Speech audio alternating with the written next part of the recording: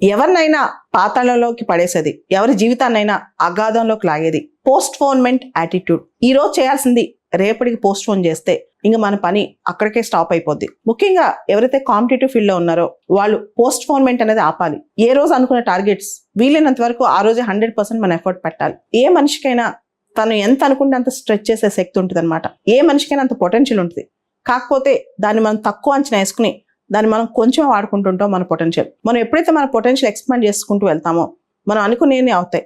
మనిషికి అంత పెద్ద స్కిల్, మల్టీ టాస్కింగ్ స్కిల్ ఉంటుంది అనమాట. ఎప్పుడైనా ఒక పనికి మనం 30 రోజులు టైం పెట్టుకున్నాం అనుకోండి, దాన్ని లాస్ట్ డే దాకా ఆపి 30 రోజు పూర్తి చేయడానికి ట్రై చేస్తాం. ఒక పనికి మనం 3 రోజులు టైం పెట్టుకున్నాం అనుకోండి, దాన్ని కూడా మనం 90% సక్సెస్ గానే చేయగలం. కానీ మనం ఏమనుకుంటాం అంటే మన పొటెన్షియల్ తక్కువ అంచనా వేసుకుని 30 రోజులు టైం పెట్టుకుంటాం.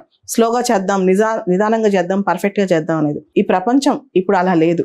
30 రోజులు చేయాల్సిన పని 3 రోజులే టార్గెట్ పెట్టుకోవాలి. అవసరమైతే ఇప్పుడు ఇంకొక 2 రోజులు ఎక్స్పాండ్ అవుతుంది. అంతేగాని మనం అంతకంటే ఎక్కువ మనం వదిలేసాం అనుకోండి 30 రోజులు అని చెప్పి 25 రోజులు వేస్ట్ చేసి లాస్ట్ 5 రోజులు మాత్రమే పని చేస్తాం అనమాట. అది మేనేజ్మెంట్ థియరీ కూడా, మనుషుల థియరీ కూడా అనమాట. ప్రపంచంలో ఏ విజేతం చూసినా వాళ్ళు అనుకున్న పని కోసం నిరంతరం శ్రమిస్తూనే ఉంటారు. ప్రతిరోజు దానికోసం కూర్చునే ఉంటారు.